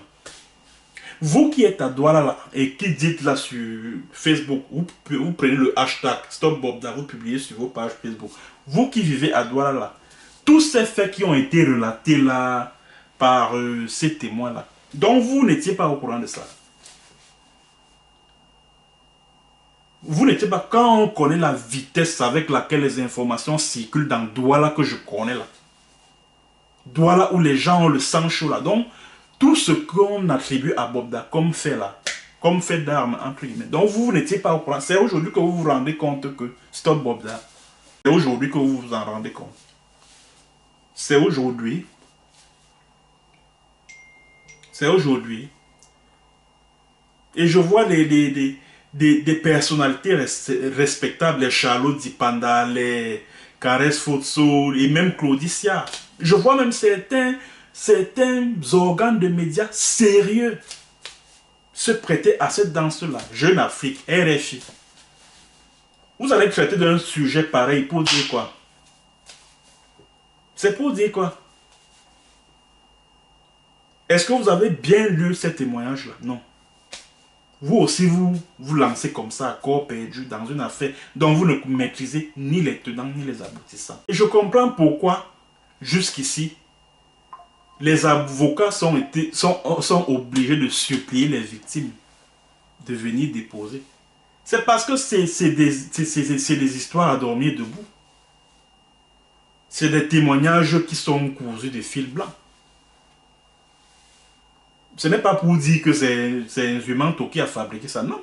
Tous ceux qui lui ont envoyé ces témoignages-là, franchement, n'étaient pas... C'est-à-dire qu'ils n'avaient pas de bonnes intentions. Et il aurait dû vérifier ces témoignages-là plutôt que de les publier comme ça. Voilà.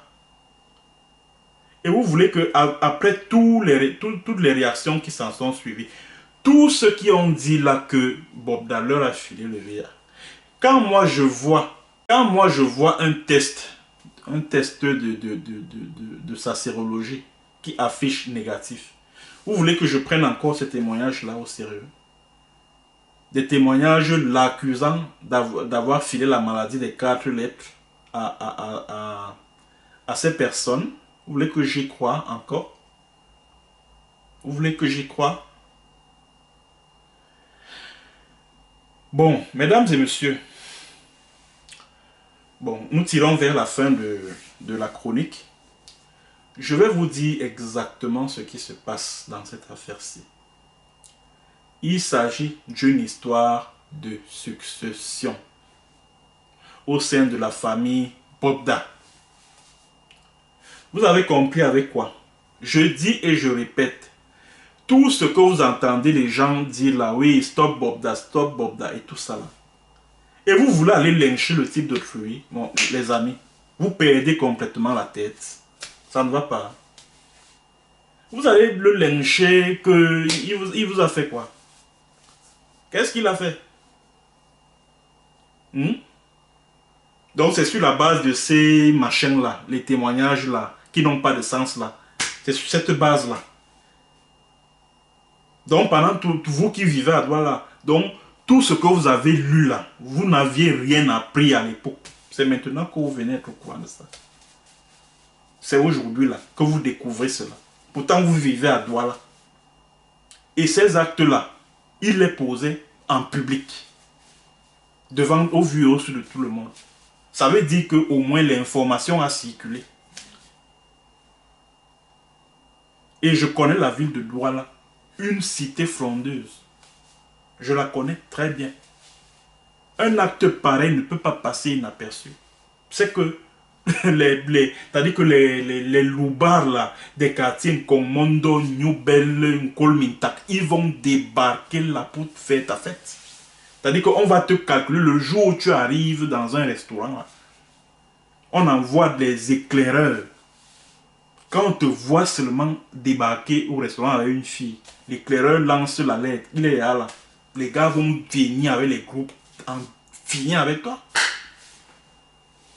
Une ville de Douala où on tabasse les policiers, les gendarmes, les militaires. Vous voulez me raconter quoi? C'est lui qui est qui? Il est qui? Bon, je disais donc tantôt que ce qui se passe, c'est-à-dire que derrière cette affaire se cache une bataille pour le contrôle des biens d'Emmanuel Bobda qui est décédé en 2020. Le PDG d'Afrique Construction. Parce que c'est un patrimoine, le patrimoine qu'il a laissé pèse des dizaines de milliards. Je ne vous en dirai pas plus. Je vous invite à écouter un extrait que je vais diffuser dans son intégralité de quelqu'un qui connaît très bien Hervé Bobda.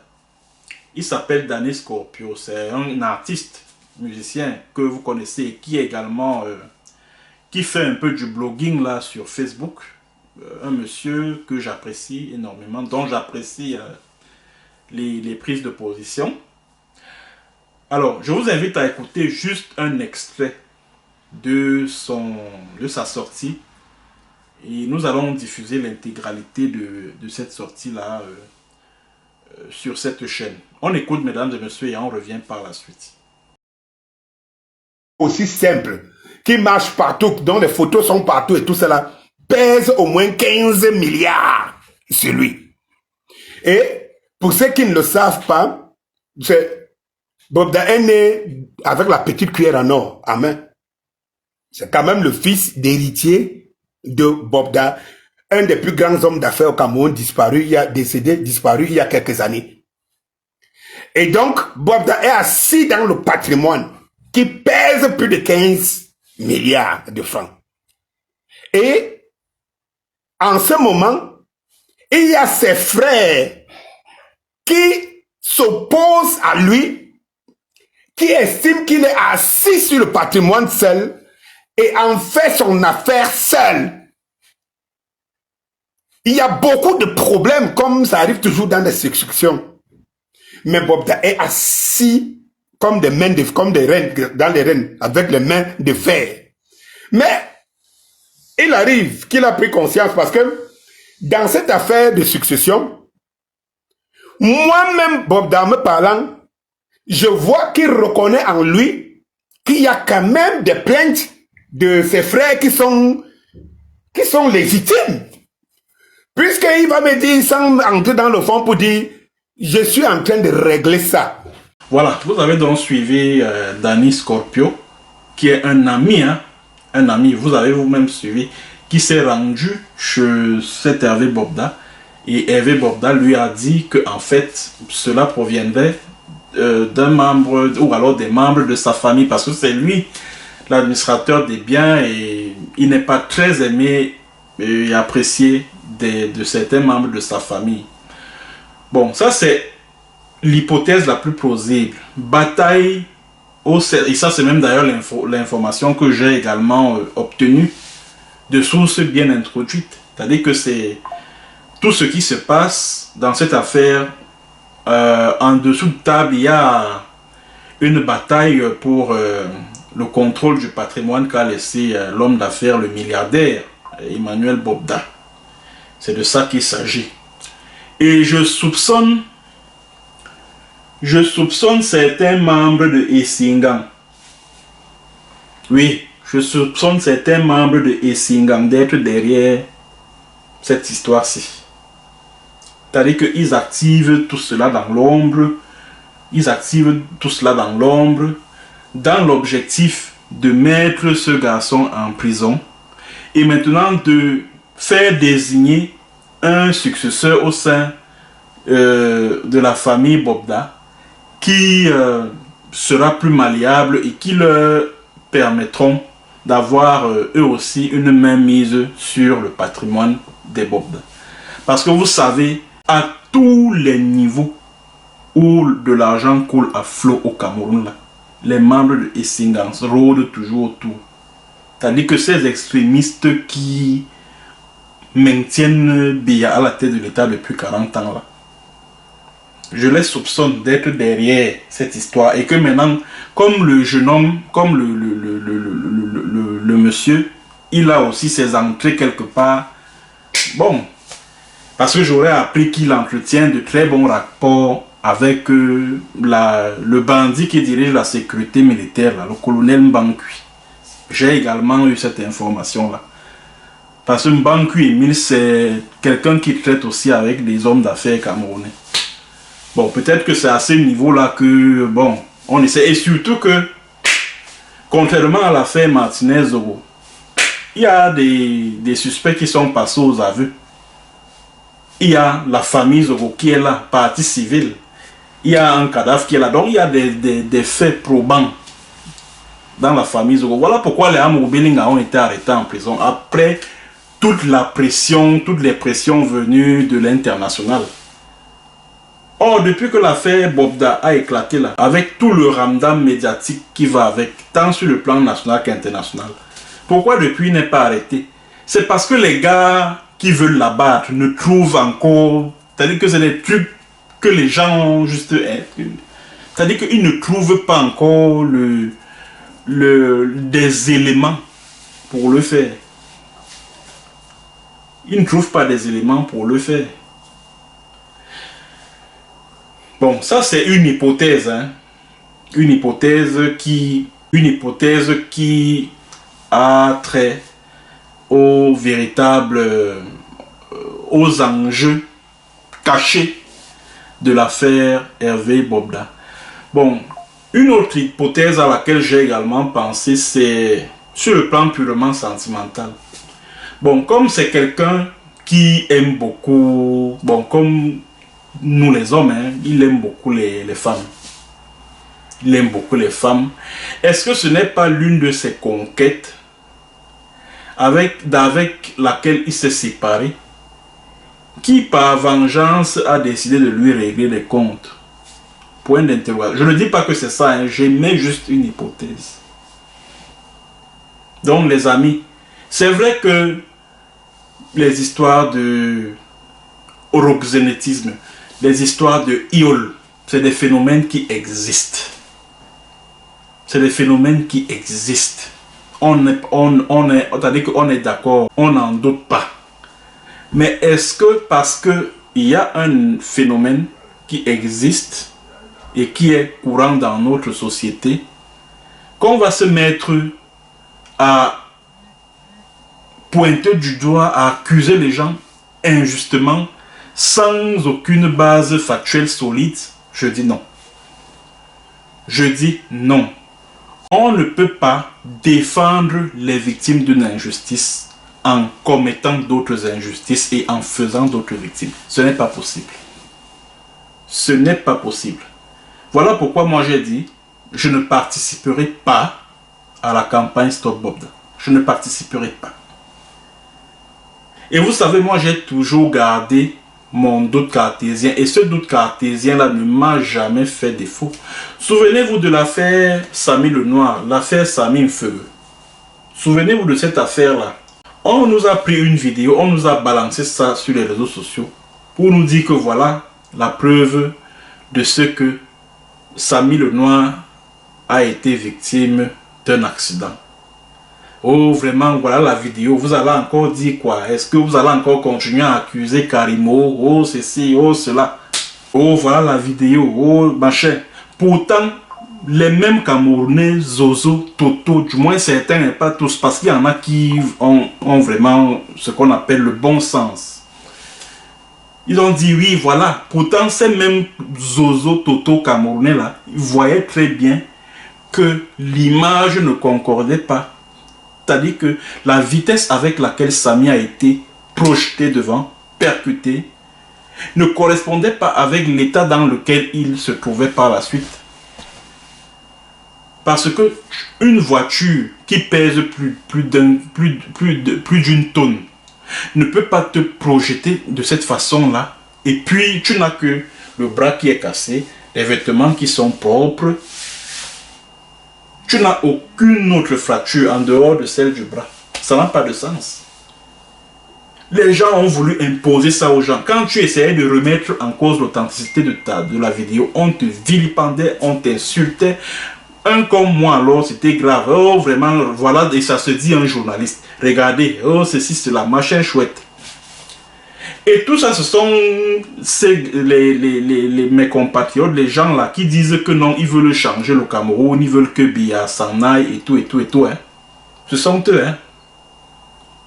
Ce sont eux, du moins la plupart d'entre eux. Ce sont eux. C'est-à-dire que quand nous, on était là, les gens comme Michel Biemton que je suis, les VP de Londres, Dieudonné Santa en avance, Melissa Sanchez, Mich comme Even, quand nous étions là en train de rechercher la vérité sur Samy, tous ces gens-là passaient le temps à nous insulter, à nous dénigrer, en disant comment, oh, ceci, cela, la vérité est déjà sûre, Samy a été victime d'un accident.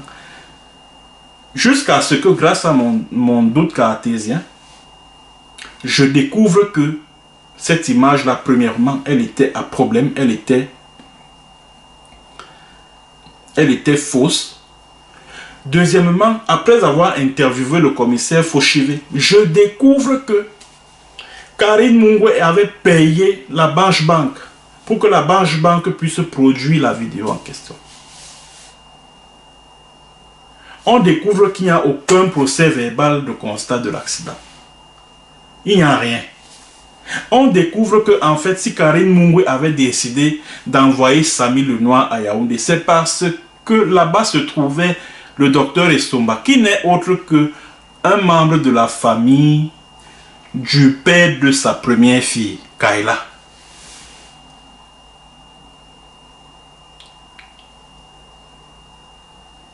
Et j'ai également découvert que Karine Mungwe flirte avec les milieux de la pègre depuis des années au Cameroun et qu'elle est protégée par des personnalités parmi les plus influentes et puissantes du régime des Biya, dont Laurent Esso. Si je m'étais contenté de la vidéo là, comme beaucoup voulaient que je le fasse, je n'aurais pas découvert toutes ces réalités là. Je ne les aurais pas découvertes. Pareil dans l'affaire One Lisbeth.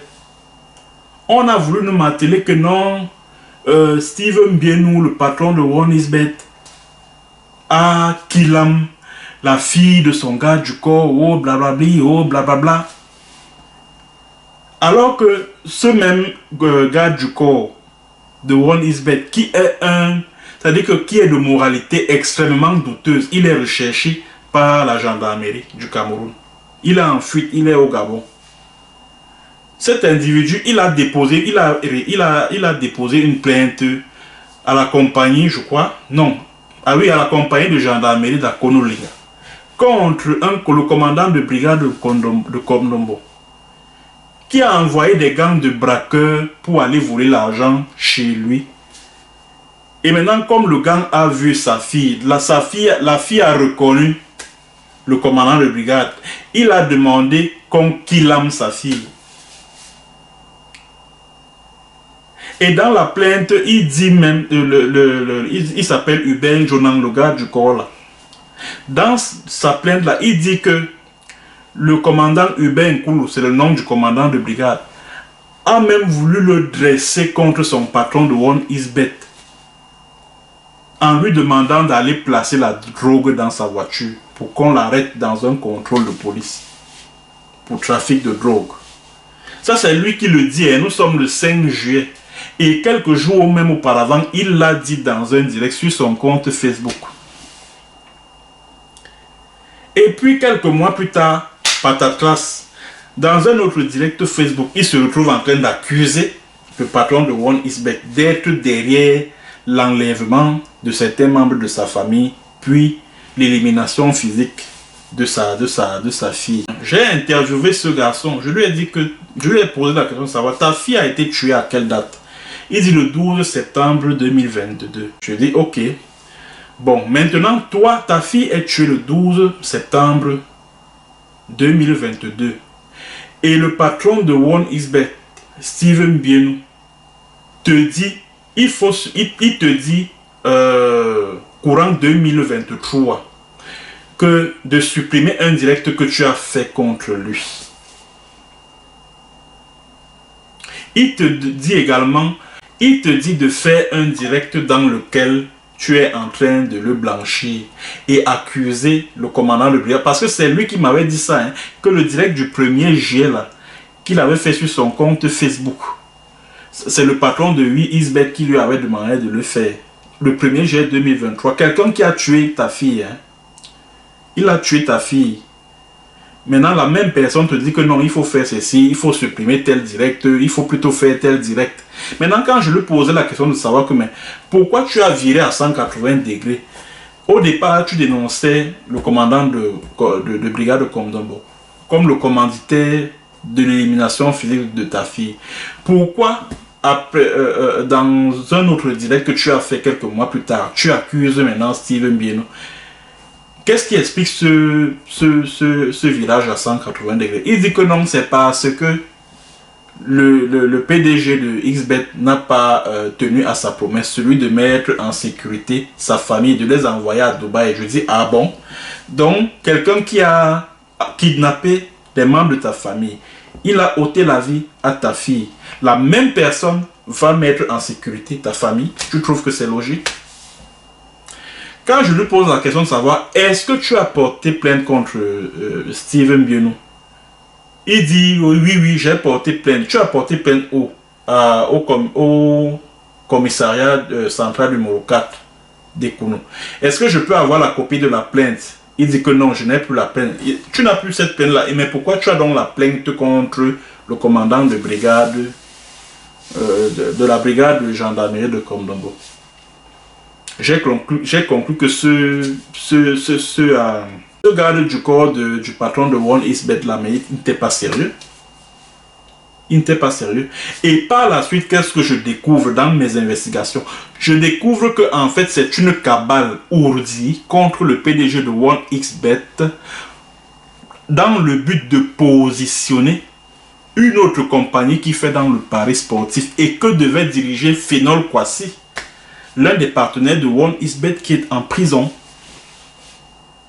Donc, c'est-à-dire que des personnes tapis dans l'ombre au sommet de l'État ont utilisé l'Ivoirien là contre Steve Mbienou, qui est son ami depuis la Russie.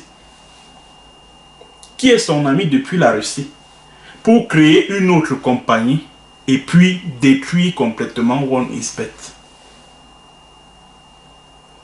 C'est ce que mes enquêtes ont découvert. Et que pour détruire One Xbet et son patron, il fallait utiliser le commandant de brigade Nkulu. Il fallait utiliser le commandant de brigade Nkulu. Et il fallait utiliser sa femme, la femme de l'ex-femme de Mbienou, qui est d'origine russe. Et pendant que je posais des questions à Hubert Jonan, il me l'a dit.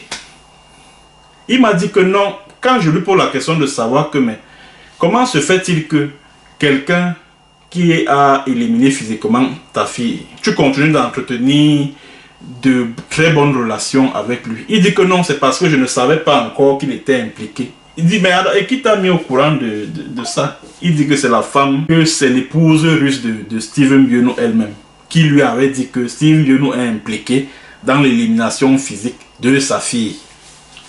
J'ai vu les gens boire ça, des histoires comme ça sur les réseaux sociaux, sur le méta. J'ai dit que mais c'est incroyable.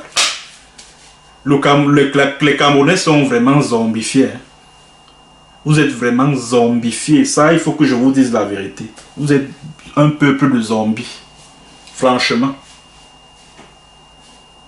Franchement.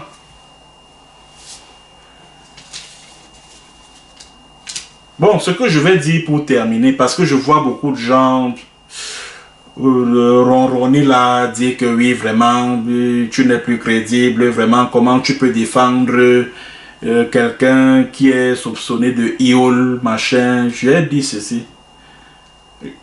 Je vais dire ceci. Je n'ai mis mon cerveau en gage chez personne. Depuis que j'exerce ce métier, qui parmi vous a vu quelque part une plainte contre Michel Biemton pour diffamation, blablabla, bla, bla, bla. Qui parmi vous a vu ne serait-ce qu'un seul droit de réponse d'une information que j'aurais publiée? Personne ne le dira. Ça veut dire que quand je fais mon travail de journalisme, d'investigation, je le prends au sérieux et je le fais avec rigueur.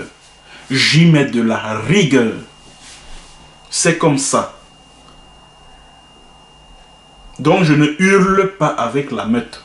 Non, non. C'est-à-dire que je ne marche pas dans le sens du vent.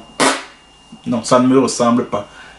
C'est-à-dire que je ne suis pas du genre, comme la foule pense ceci, alors je dois automatiquement. Je ne subis pas la dictature de la foule, moi, Michel Biemton. Je ne subis pas la dictature de la foule. Je suis désolé. Je suis désolé. Je ne subis pas la dictature de la foule. Je réfléchis par moi-même parce que Dieu m'a donné un cerveau. Il m'a également donné le bon sens pour juger de la logique de certains événements. C'est comme ça. Donc, ceux qui estiment que, voilà, que je ne suis plus crédible en tant que journaliste, que ça ne vaut plus la peine, qu'ils se désabonnent de toutes mes pages. Simplement. Quand moi j'avais créé cette chaîne YouTube, ainsi que ma page Facebook, c'est-à-dire que quand j'avais commencé mon activisme sur les réseaux sociaux, je n'avais même pas 2000 abonnés. Mais mes écrits impactaient. La preuve, j'ai fait la prison au Cameroun. J'ai fait la prison au Cameroun. Mon nom s'est retrouvé parmi les personnalités à surveiller de très près par les services secrets du Cameroun. Et à l'époque, j'avais à peine 3000 followers sur Facebook. et à peine 700 à 800 followers sur YouTube. Mais quand je publiais une vidéo sur cette chaîne, il m'arrivait de récolter 5000, 6000, 7000, voire 8000 vues. Ça veut dire que j'impactais. Donc ceux qui estiment que voilà, que je ne suis plus crédible, qui ne se retrouvent plus soit dans mes écrits, soit dans mes prises de position, allez, qu'ils gagnent le large, qu'ils se désabonnent. C'est-à-dire que qu'ils activent le mode désabonnement, simplement. Voilà. Je n'ai mis mon cerveau en gage sur personne. Si quelqu'un estime que je ne pense plus comme lui, qu'il m'évite, tout simplement. Je me rappelle, il y a un partisan de Kanto qui m'a dit récemment que n'oublie pas que nous sommes la Met. Ce n'est pas pour rien qu'on nous appelle la République de Facebook. Hein? Donc si tu continues là, tu ne vas plus exister sur les réseaux sociaux. Donc on va t'anéantir, etc. Il m'a dit ça. Il m'a dit ça. J'ai donc tout compris. Mais têtu que je suis, c'est mal me connaître là. C'est très mal me connaître. Alors, merci mesdames et messieurs d'avoir écouté la chronique de MBT. Partagez la vidéo au maximum. Merci d'avoir suivi. Merci d'avoir écouté.